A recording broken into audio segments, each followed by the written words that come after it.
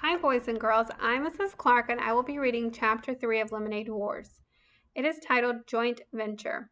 Let's take a look back at Chapter 2. In Chapter 2, we noticed that Jesse and Evan weren't getting along due to an announcement from their school for the upcoming year. Jessie decided that she wanted to be a part of Evan's lemonade stand, but unfortunately, he decided that she was not going to be a part of it. Let's read to see what finds out with them. Joint venture. Two or more people joining forces to sell a certain amount of goods or to work on a single project. When the goods are sold or the project is finished, the joint venture ends. Your sister's really shut up, said Evan. Huh? Just shut up. She's okay. She doesn't look, she's okay, so just shut up. Okay, said Scott, holding up his free hand to show he meant peace. Evan was getting abused on both sides. The heavy cooler was banging against his inside leg with every step, and the plastic chairs were scraping against his outside leg. Bruised and blooded, he thought to himself, all for the fun of hanging out with Scott Spencer. Why couldn't Jack have been home? Or Ryan, and why did Adam have to be on the Cape this week? It stunk. How far are we walking? Grunted Scott. Just to the corner. Evan watched as drops of sweat fell off his face and landed on the hot sidewalk. We should have stayed in the driveway. It was shaded. The corner's better. Trust me, said Evan. He remembered when Jesse had said the same words to him last summer. They were setting up a lemonade stand together, and Evan had been grumbling about dragging the cooler across the street and down two houses, just like Scott. But Jessie had insisted there's sidewalk on this side, she'd say, so we'll get the foot traffic coming in both directions, and people and cars coming around the curb will have time to see us and slow down. Besides, there's a bunch of little kids on the side street, and their mothers won't want them crossing Damien Road. The corner's better. Trust me. And she was right. They'd made a ton of money that afternoon. It took 10 seconds to set up the lemonade stand. Evan unfolded the chairs and set one on each side of the cooler. Scott tilted the sign towards the street for maximum effect. Then they both sat down. Man, it's hot, said Evan. He took off his baseball cap and wiped the sweat from his face with his shirt. Then he grabbed an ice cube from the cooler, balanced it on his head, and stuck his cap back on. Yeah, said Scott, I'm thirsty. He reached into the paper bag and pulled out a cup. It was one of those large red plastic cups that vendors use at professional baseball games. Then Scott took one of the pitchers from the cooler and filled the cup to the brim with lemonade. Hey, not so much, said Evan, pouring himself a cup too, but only part way. He gulped down half his drink. Not bad, he thought, though he noticed a dead fruit fly floating on the top. His mom had been battling a mad fruit fly infestation ever since the weather had turned really warm. The kitchen sink area where they kept their fruit bowl was dotted with tiny feathery fruit fly corpses. Scott drained his cup and tossed it on the ground. Ah, he said, satisfied. That was good. I'm going to have another. Evan reached for the trash cup and stowed it under his seat. Nah, come on, Scott. You're going to drink all our profits if you do that. He stretched his legs out by putting his feet on top of the cooler. Just chill. I'm going to chill by having another cup, said Scott. There it was. That mean bite in Scott's voice. Evan's shoulders tensed up. Move your feet, said Scott. It's hot out here. Dude, Evan sat up expectantly and looked down the street. Hey, here comes our first customer. A mother pushed the double stroller came into view. At the same time, one of the kindergartners from down the street rode her bike up, noticed the sign, and quickly pedaled back to her house. Within 5 minutes, there was a small crowd of neighborhood kids and pedestrians buying lemonade from the stand. Evan let Scott handle all the money while he took care of the pouring and the sweet talk.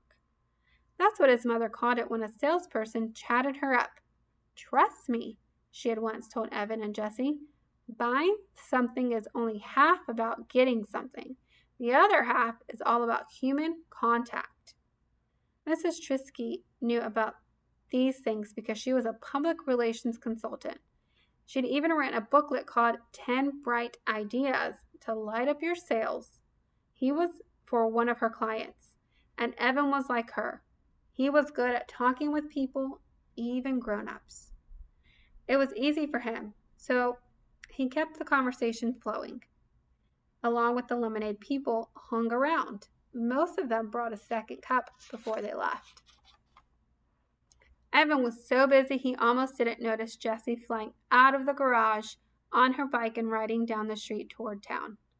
Good riddance, he thought, but at the same time he wondered where she was going.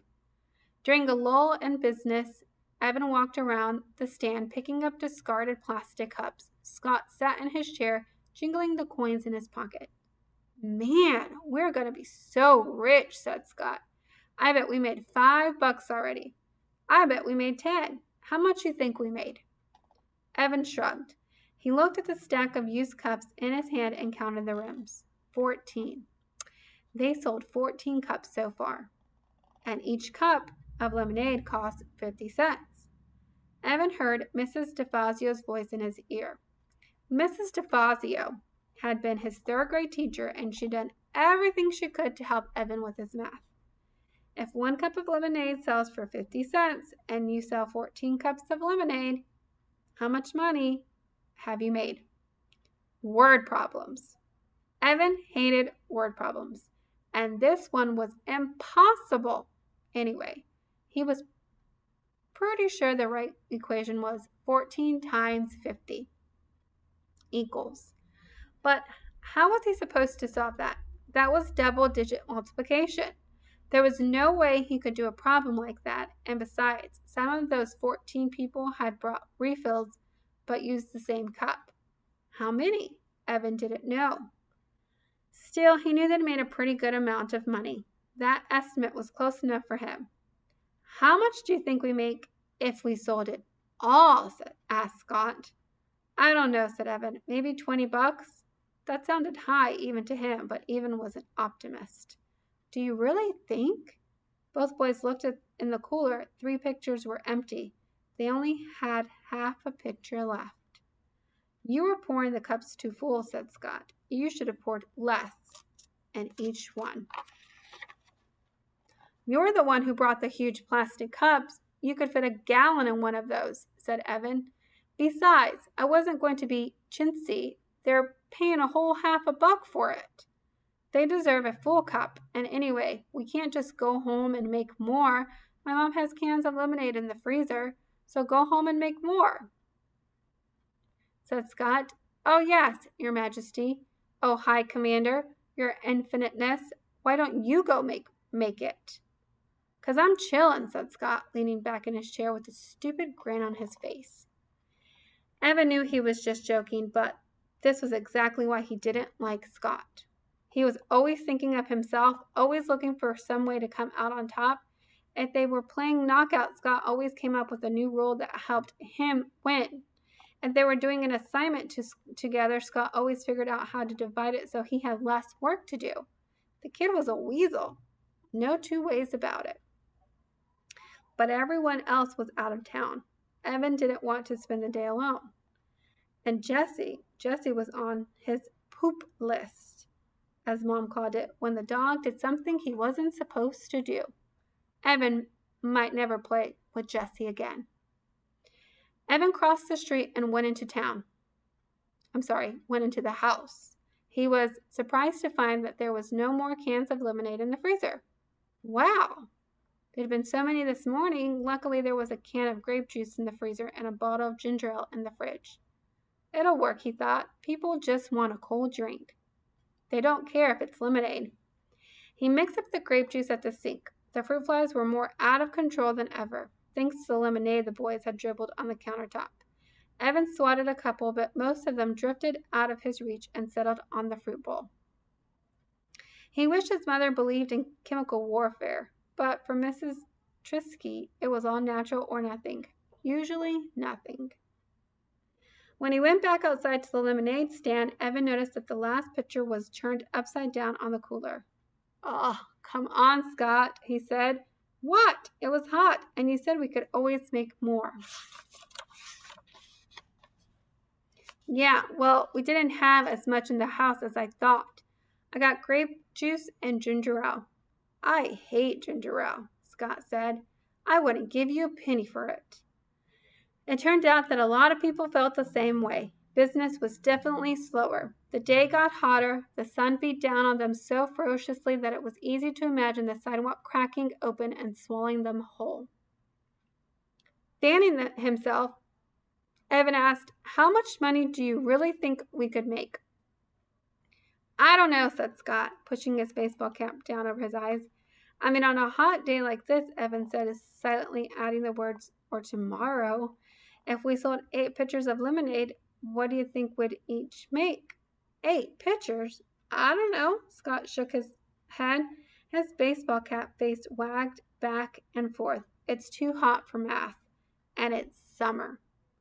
Evan pulled the red pen out of his pocket and started to write on the palm of his hand. 8 times, question mark. 8 times 50, question mark, divided by 2. That didn't seem right. Jessie would know. She'd do that math in a second. Evan capped the pen and jammed it into his pocket. I bet it's a lot," said Evan. "I bet on a hot day like this, we could actually make some real money in the lemonade business." "Yeah," said Scott. "Then we'd be rich, and I'd get an Xbox, the new one, with the dual controls." "I'd get an iPod," said Evan. He'd been saving for one for over a year. But every time he had some money put away, well, it just disappeared, like $10 from Grandma. She'd even written in her card, "Here's a little something to help you get that music thing you want." But the money was gone. He treated Paul and Ryan to slices of pizza at Townhouse. It had been fun.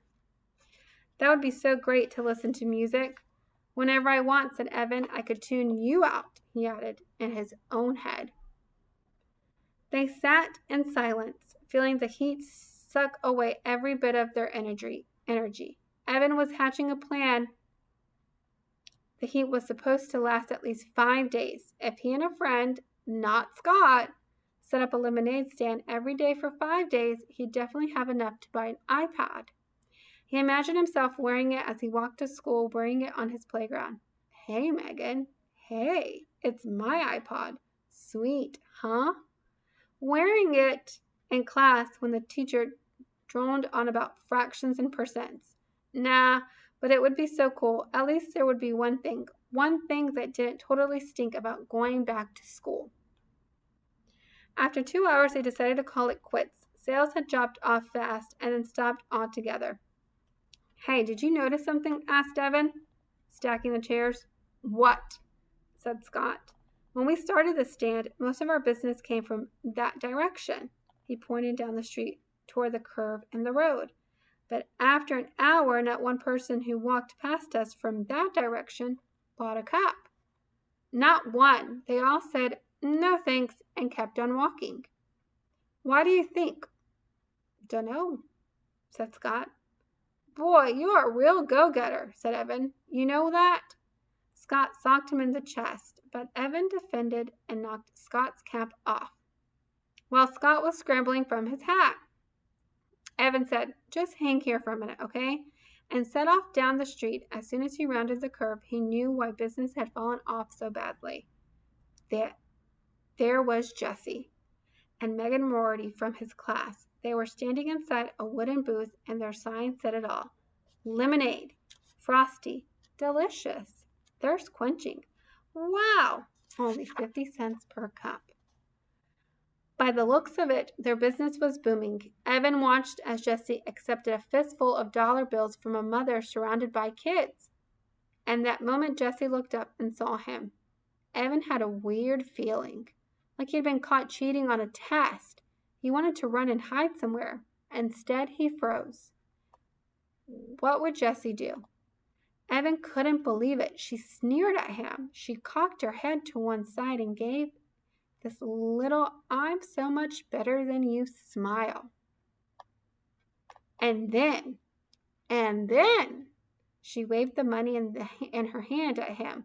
She waved it, as if to say, "Look how much we've made selling lemonade." "But you can't beat that." Evan turned on his heel and walked away. Behind him, he could hear Meg and Morty laughing at him, clear as a bell. All right, boys and girls, that was chapter 3. Look forward to reading chapter 4 tomorrow. Goodbye.